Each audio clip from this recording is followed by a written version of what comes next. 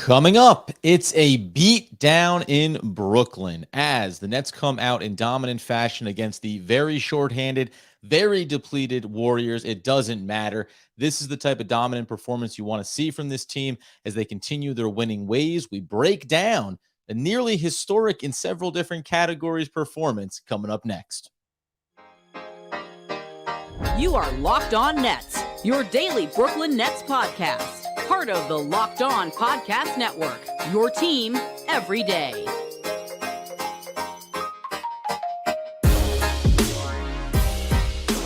Brooklyn, yo. Yes, my friends. It is the Locked On Nets podcast right here on the Locked On Podcast Network. It's your team, the Brooklyn Nets, every single day. Over there, you're not going to find Doug Norrie, owner-operative DFSR, for all your daily fantasy sports rankings. Doesn't mean we can't tell you about him anyway. Right here in front of you is me, Adam Arbrecht, breaking down the New York Football Giants on the One Giant podcast. We thank you for making us your first listen of the day, free on all those great platforms. And friends, that is exactly the kind of performance that you want to see from the Brooklyn Nets, playing at home in front of the crowd. Obviously against the team, as you say at the top, depleted. No Curry, no Clay, no Wiggins. Nobody cares. Because for a team like Brooklyn, and we had circled this game on the calendar, we're going to talk about the big performances, the things that worked really well. But at the highest of levels, a team that is on a very strong winning streak, that has been playing great basketball, but as we have talked about before, hasn't given us that blowout dominant performance. In their last two games, trailed by double digits and had to come back to get those victories. Jacques Vaughn spoke about it in the pregame, wanting his team to come out from the tip and really execute at a high level. Gosh darn it, did they do exactly that? This is a game that ends 143. 143, not an all-star game. Not talking about an all-star game. We're talking about a regular season game, 143 to 113. Obviously, by the end of this, into the third quarter, the Nets really fall into a bit of a sleepwalk there. Then the bench comes in. They start mopping things up in the fourth. It's absolutely beautiful. But there's a handful of near historic moments and historic moments inside of this game for the Brooklyn Nets. So we'll go ahead and just break those down before we talk about the individual performances and how this team really did come out and showcased, I think, a few key things that they want to continue to build on here going forward, regardless of who the opposition is. Obviously, a late scratch was Kyrie Irving from this one. You hope it's nothing serious. Little calf strain. It looks more like it was cautious. Again, you see the opponent, you see who they don't have available for them. This is the kind of game you want to be out there for, right? You want to be able to be a part of it. Kyrie was there on the sidelines, cheering everybody on as you would expect them to be. But Brooklyn puts up 46 points in the first quarter. That was 2 points shy of a franchise record. They go ahead and give you 45 points in the second quarter, total of 91 points in the first half. That was a franchise record for the Brooklyn Nets. Also, I think the third highest all time. Make sure I check my notes here just real quick to get that right. 91 first half points, third all time there. They also had 42 assists in this game. That was good for fourth all time in NBA history.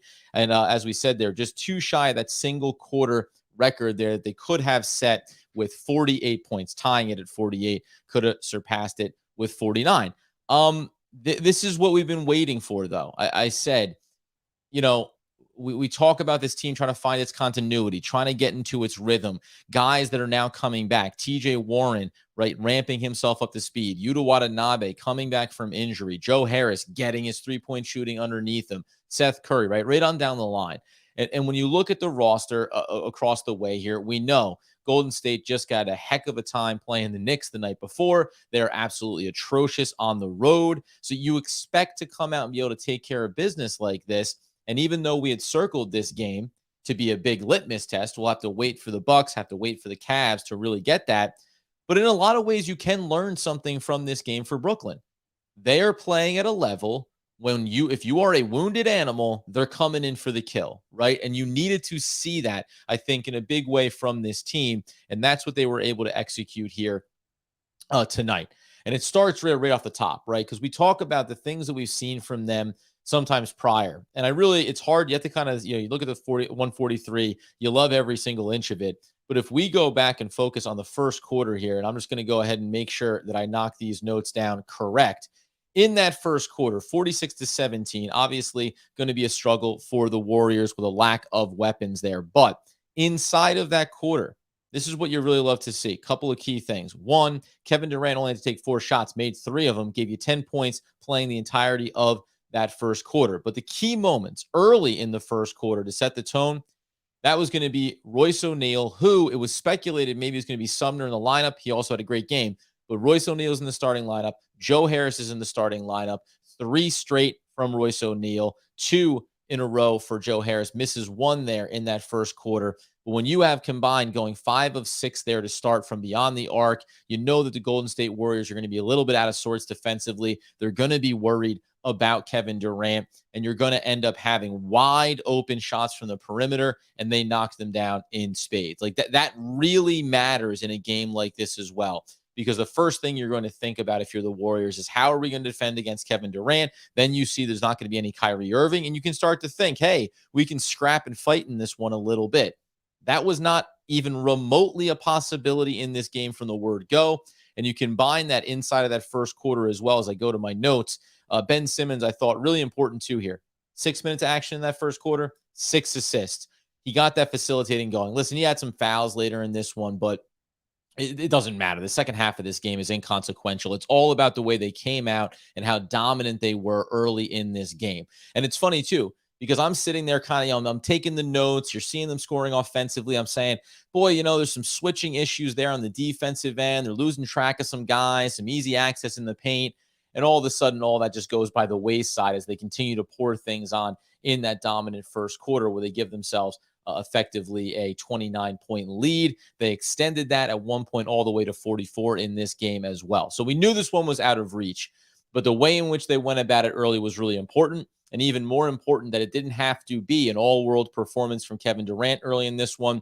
Royce O'Neal ended up giving you 11 in that first quarter, 6 for Joe Harris, 6 for Nick Claxton there. And then, of course, as we say, the 6 assists, really important there from one Ben Simmons. We're going to turn our attention over to that second quarter because, again, it was about then who was the next wave of players to come in and continue that effort to make sure that you buried the Golden State Warriors early and often. And then really, what are the things that we think we can take from this game and build on? Sometimes all you want to do is sit back and luxuriate in having the victory, but you want to try to say, hey, there's a mentality here that beyond now playing some bad teams and now playing a good team that's dealing with a lot of injuries and certainly on a bad run. But how do you carry over some of these things when you get into those matchups against the Bucks and against the Cavs, against the Celtics down the road, right? We want to make sure that you can build off of what was an absolutely epic performance. I'm going to say that 1,000 times in this episode. Epic performance from the Brooklyn Nets across the board. 143, as we said, over the Warriors 113. So a nice little 30-point throwdown there. We will get into that second quarter because, again, it matters. The minutes, it matters who stepped up and performed well in this one to keep that ball rolling over top of those Warriors. But before we do that, it is that time of year. The holidays are upon us. Maybe you have Christmas coming up. Maybe you're in the middle of celebrating Hanukkah. But did you know that driving under the influence of marijuana is illegal? That's right. Driving high could get you a DUI. And if you're wondering if law enforcement can tell when you're driving high, well, everyone else in your life can. That's actually not to make light of it, but it's probably true. You're usually not keeping as big of a secret as you might think. Your friends can tell, your coworkers can tell, even your parents can tell. So what makes you think that the law enforcement can't tell? Well, they can.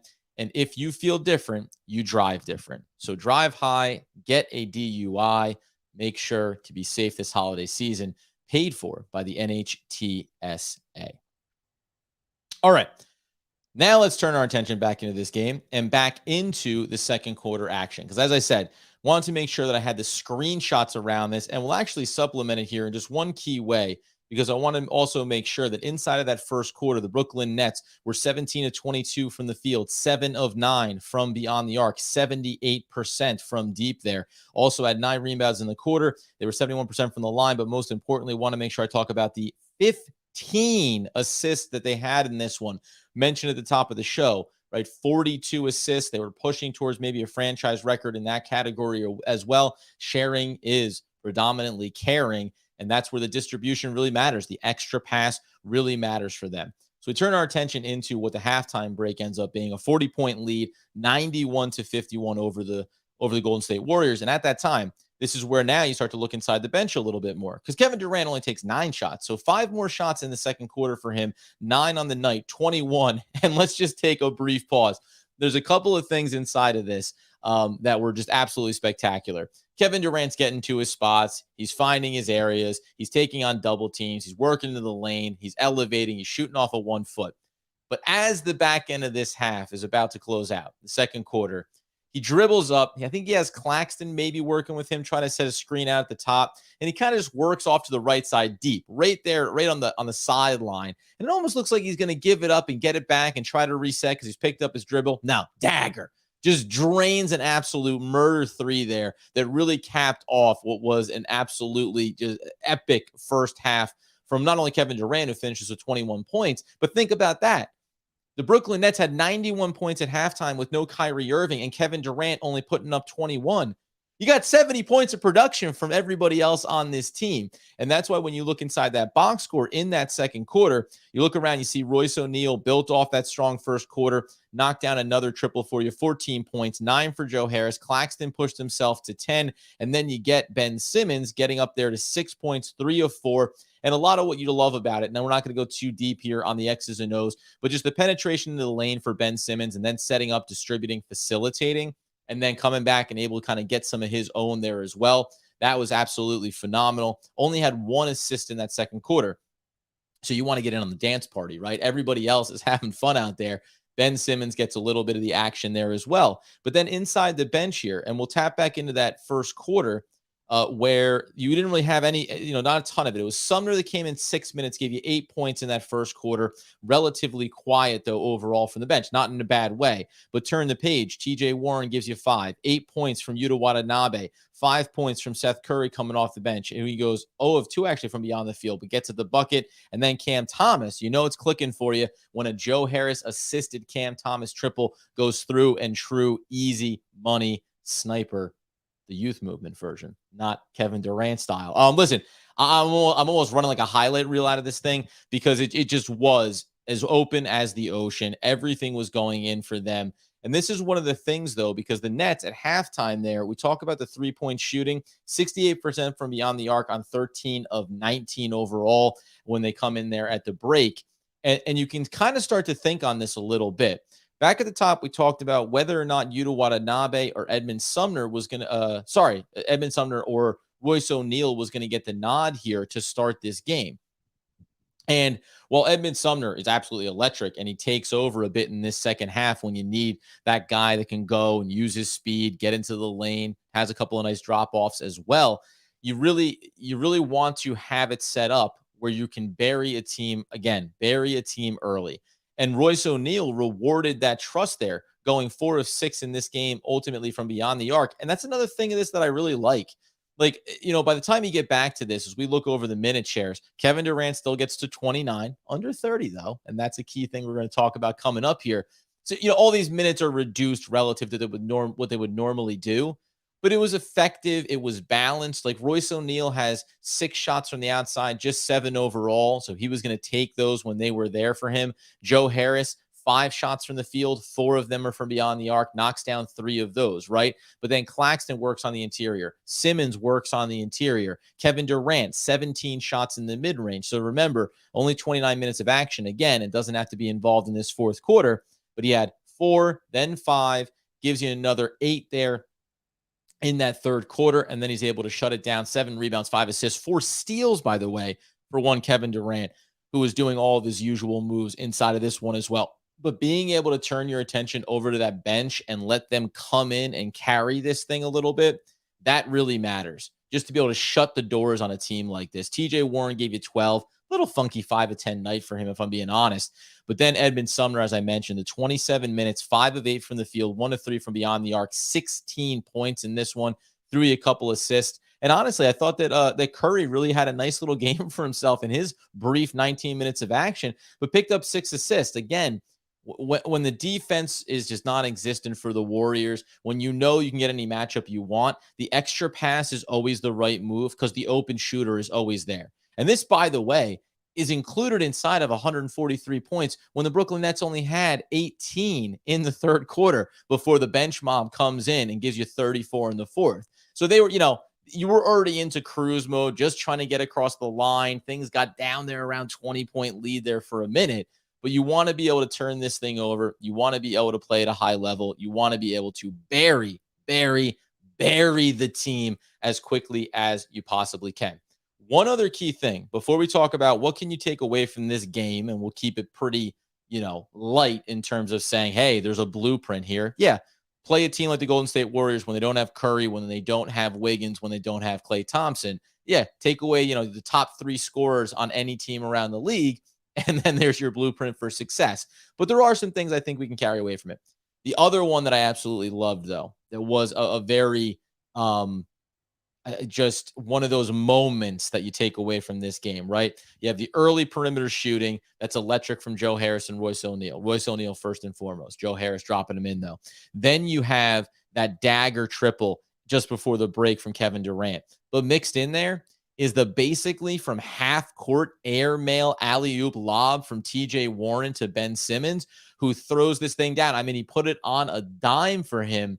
And that's the kind of energy that you want around this too, because Ben Simmons has been trying to build and improve and find that next facet of his offensive game. And when everything's clicking like this, you do kind of want to have just some of those beautiful moments that you get to sit back and go, yeah, you're gosh darn right. We're going to go ahead and put a little bit of cherry on top of the sundae that is an absolutely dominant performance.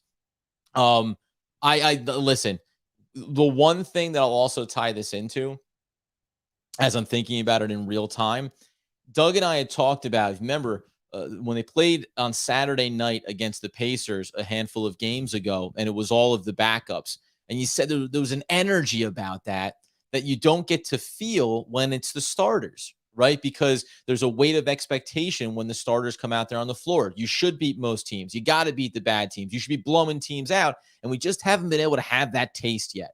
And even in some of these other wins where they're down double digits and they have to fight their way back and they ultimately get the wins, and that's all that matters.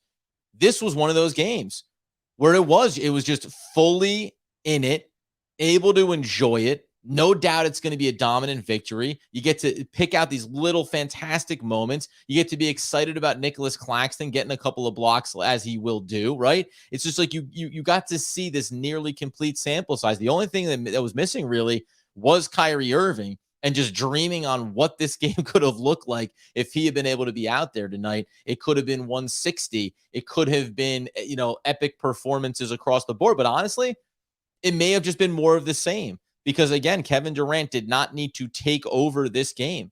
He was allowed to have everybody else pitch in and get them across the line ultimately for this victory. So, is there anything that we can take away from this one and think that we could carry forward? Or do we just want to point blank stop here and say, you dominated the crap out of a depleted Warriors team, turn the page, get ready for the Bucks? We'll dive into that coming up here in a second. But before we do, well, we have to tell you about our friends over at BetterHelp. Unfortunately, life does not come with a user manual. I've checked. I have a car manual. I have manuals for my TV, the microwave, electronics galore. But life does not give you one of those. So when it's not working for you, it often is normal to feel like you are stuck. Navigating any of life's challenges can make you feel unsure, whether it's a career change, a new relationship, or potentially even becoming a new parent. The therapists are trained at BetterHelp to help you figure out the cause of the challenging emotions and learn productive coping skills, which makes therapy the closest thing to a guided tour of the complex engine that we call you. It's a manual, right? That's what therapy ultimately ends up being. And BetterHelp has connected over 3 million people with licensed therapists. It is convenient and accessible anywhere, 100% online. As the world's largest therapy service, BetterHelp has matched 3 million people with professionally licensed and vetted therapists. As I said, available 100% online. Plus, it is also affordable. You fill out the brief questionnaire to match with a therapist. If things aren't clicking, you can go ahead and easily switch to a new therapist anytime. It could not be any simpler. You can learn more and save 10% on your first month at betterhelp.com/lockedonnba. That's BetterHelp, BetterHelp.com/lockedonnba. All right. So we close it out fully soaked in the in the joy and excitement of this dominant victory by asking the question, what can we take away from this, if anything, that's applicable going forward? And again, to go inside the full box score here and understand only 23 points, just 3/4 of action and 29 minutes for Kevin Durant.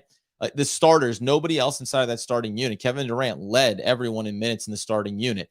But knowing that Royce O'Neal seems to really be finding that outside rhythm, that Joe Harris has obviously been firing all cylinders from beyond the arc as well. And then the Claxton and in the Simmons piece, just the fact that they're out there on the court together in dominant fashion matters. Some of the things when I think back to taking some diligent notes about it, it was, initially you had Simmons playing against Jordan Poole there. Then when the switches came, I think into the second quarter, Nicholas Claxton was stepping out there on the perimeter. So when we talk about, and we've mentioned this coming in, had some conversations about what the Nets may want to look to bring in at the deadline potentially. It's always a good reminder that you do have these two players that are 6'10" and above that are capable of going down and defending against guards, taking that out to the perimeter. Now, there's some stuff to clean up on the backside. If you're going to, if we're going to be 1,000% honest here, there was a lot of easy access, some miscommunications, guys finding, easy paths to the rim, and you want to make sure that you do clean that stuff up. I'm almost willing to look past it because they blew them out of the water, as we know, and so much of the energy was focused on the offensive end. I think, the assist numbers, obviously. Are you going to have 40-plus assists every single night of the week? No. But the idea that you can win a game, and again, think back to the first quarter. Kevin Durant only had to take 4 shots with no Kyrie Irving on the floor, right? Only 5 shots in the second quarter with no Kyrie Irving on the floor.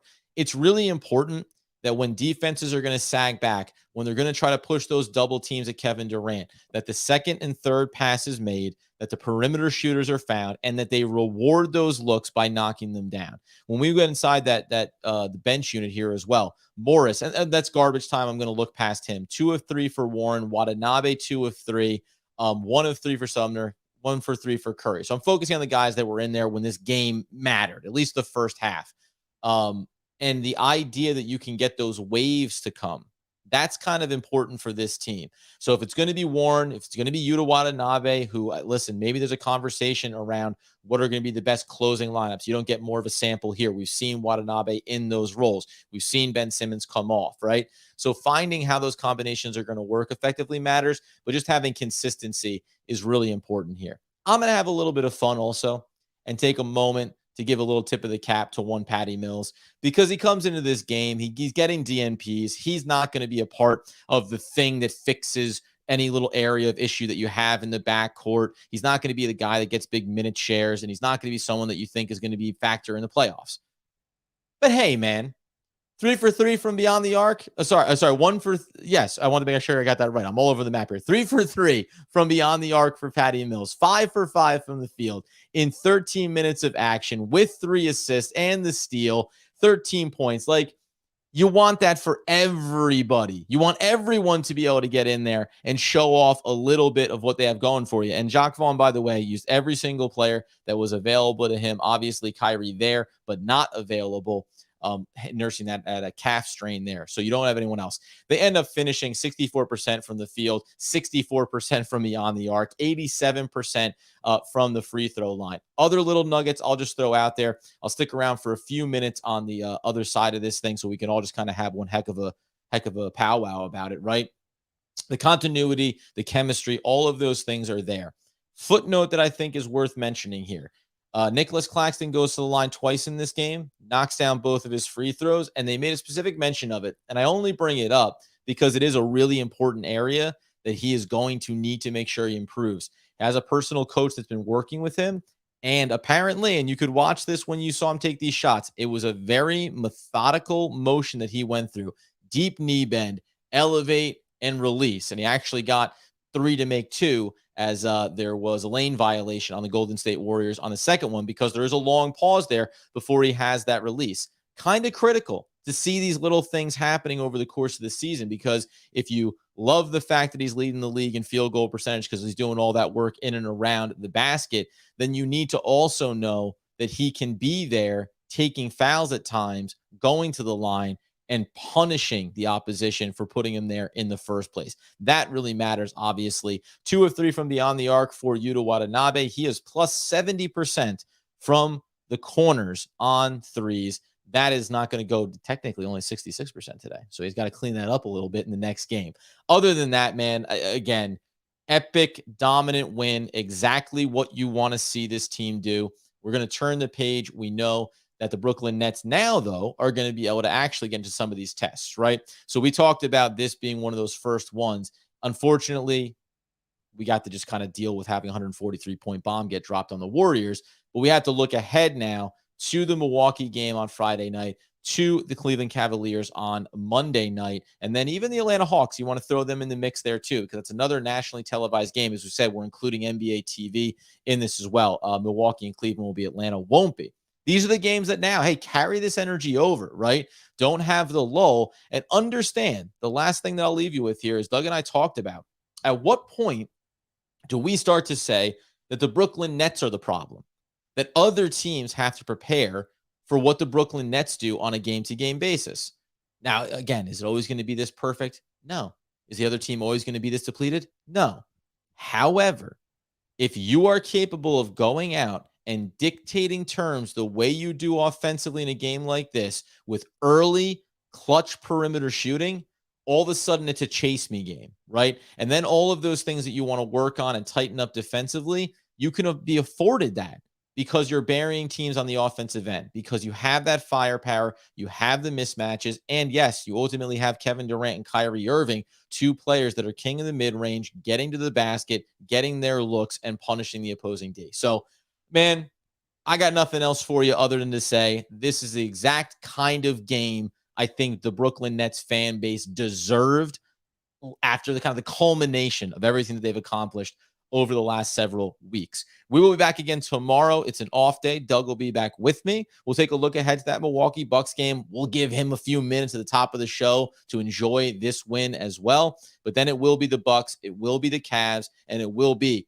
confirmation that the Brooklyn Nets are ready to compete with the highest level teams in the Eastern Conference, and that they are really dangerous, man. There's no other team in the league right now that is playing as dominant basketball as this team has been. I think I know that the Knicks across town have done some winning of their own, and we'll be circling those dates as well.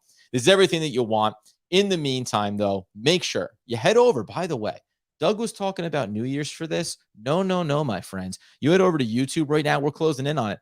4,000 subscribers is but a handful of subscriptions away. We say it every single time. We legitimately, honestly mean it every single time. We appreciate so much the support that everyone has for us coming into our live streams after the post games. It means the world to us. So please go help us, go spread the word, get us over that 4K before Christmas. I requested it, and you guys showed up in a big way to help us get there. Get the podcast, however you get those needs fulfilled. And as always, in the absence of Doug, there is no quote short of saying that I miss my friend. And I can't wait until he's back here again so we can keep talking all things Brooklyn Nets basketball. Woo! I got to tell you guys, I blacked out for the last 30 minutes. I'm not sure what I was talking about. Hopefully you enjoyed it. Listen, we'll get into it. I'll stick around here for a few minutes. Got some other network obligations that I need to get to here shortly as well.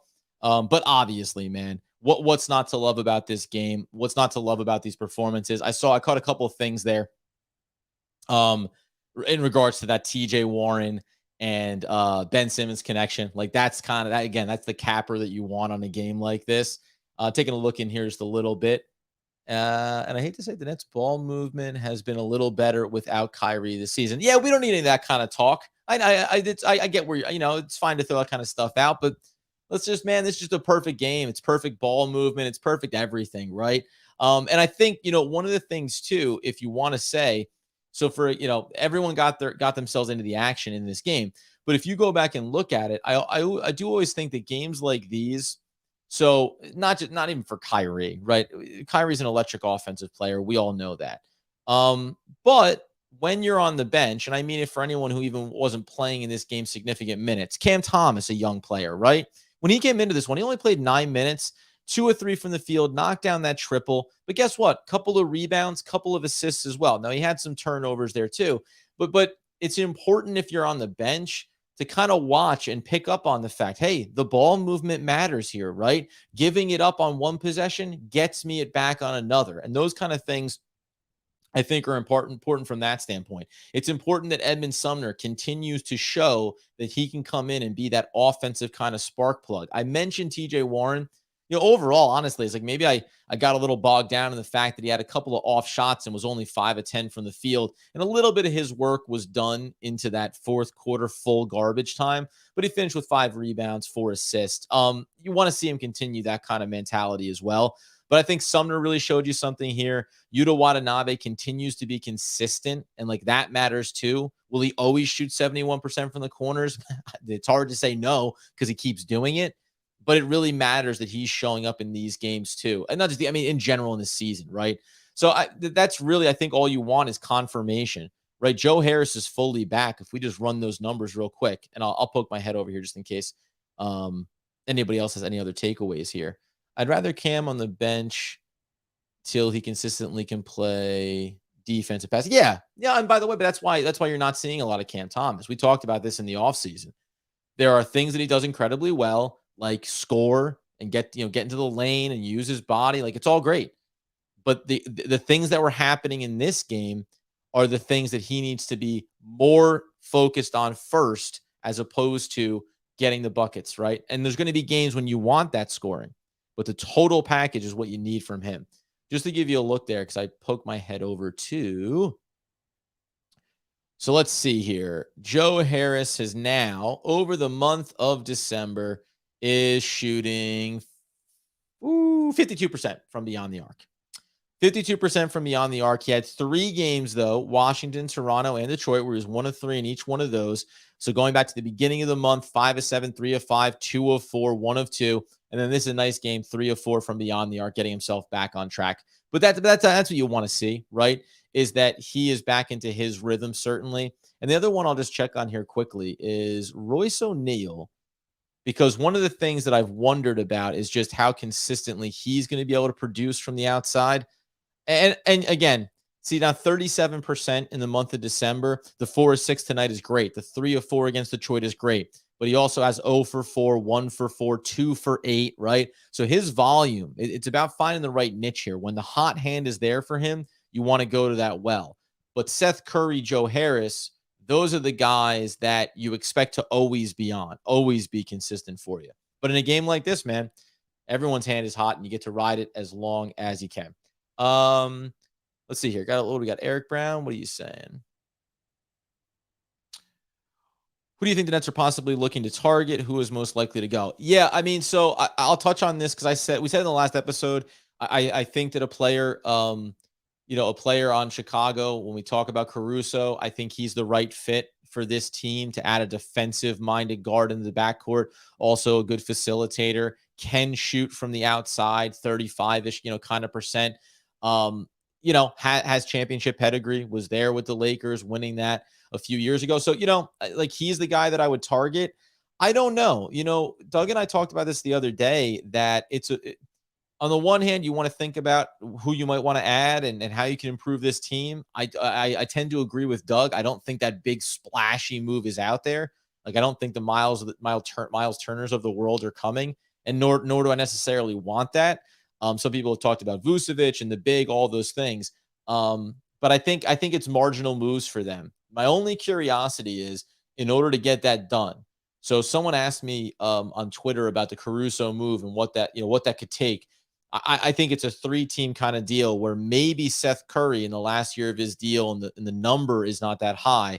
He goes to a third team. A player gets sent to Chicago. Maybe it is a Cam Thomas that goes out, and then you get yourself back a Caruso. And there'll be a couple other guys that I think can fit into that mold that I'll bring up over the couple of weeks. But for me, I think that that's the kind of thing I look at first. I don't really worry.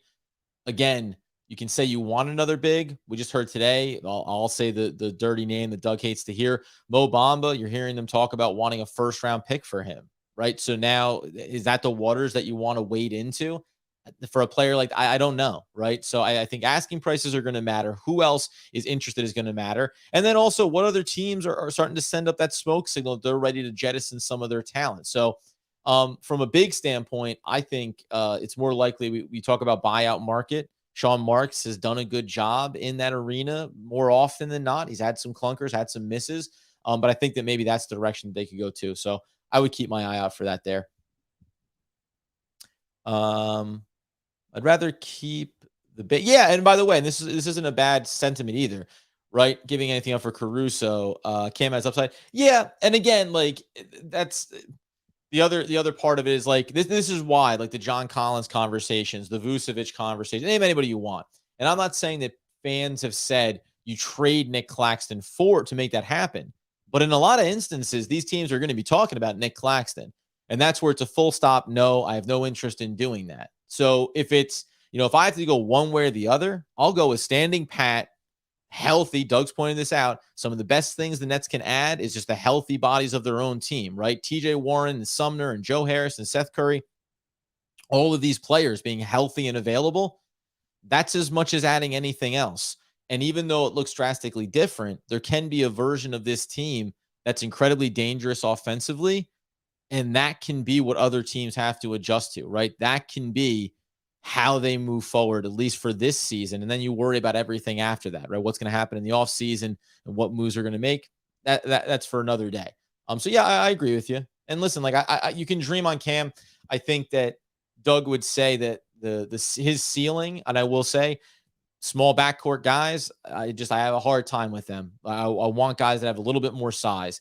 Now, if you dream down the road of pairing him with someone else and how the roster could bounce, sure. But if you feel like you could add a key piece and Cam was a part of it, I would at least be willing to have that discussion. Clax attack, indeed, right? That's what we're talking about. That's it, man. If anyone wants any questions, sorry. I'm like almost burnt out from just enjoying this game so much. And we usually don't go too long on solo post game specifically when we're over on YouTube. So that being the case, man, again, another really great win.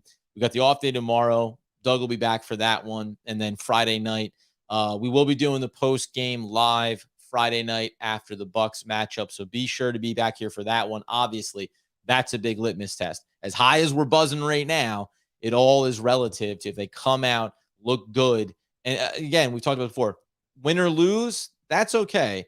But it's about, do you look like a team that could really go toe-to-toe with the Milwaukees of the world? Are you back to that level? So we'll be sure to be checking that out. Thank you so much, Kyle. I really appreciate it. Kyle and Sunset and everybody else in here, man. Again, I said it on that I said it in the episode. I'll just reiterate it here for everybody. We appreciate everyone that comes in for these how-to videos. What up? Charles, everybody else, man. Like, it is genuinely amazing to see how we've been able to grow this thing. And that's 100% everyone coming in here, supporting us, chopping it up with us. Even if you disagree with us, that's all right. We always say, keep it respectful. We can disagree from now until the end of eternity. And it's just been awesome for us. So again, I'll leave it at that. We really appreciate it. And I'll just say, just to Mike, because I said inside the episode too, tactically, again, we said this all year long, but when teams want to go and try to disrupt what Kevin Durant wants to do, it's on him and on the team to make themselves available, right? To show themselves in space and to make the second and third pass off of Kevin Durant and then punish them with the perimeter looks, not as much attacking at the basket. In this one, you didn't need to because you're pouring it in from the outside. So you're not going to learn as much there. Again, tomorrow, maybe we'll take a look back defensively because early in this game, even though it ends up being 17 points in the first quarter for Golden State, there were clearly things that were happening in and around the basket that isn't related to size. It was more related to assignments, to switching, a little bit of communication stuff. So we'll take a look at that tomorrow for sure. But again, games like these, man, you just have to sit back and say, awesome win. You don't really worry about kind of nitpicking some of the negatives. But we'll get back into that one a little bit tomorrow because it will matter come Friday night when you're taking on the Milwaukee Bucks. That being said, man, hashtag Nets World, you're gosh darn right. Everybody have a great Wednesday night. Back again tomorrow, and we will be, of course, talking all things Brooklyn Nets basketball.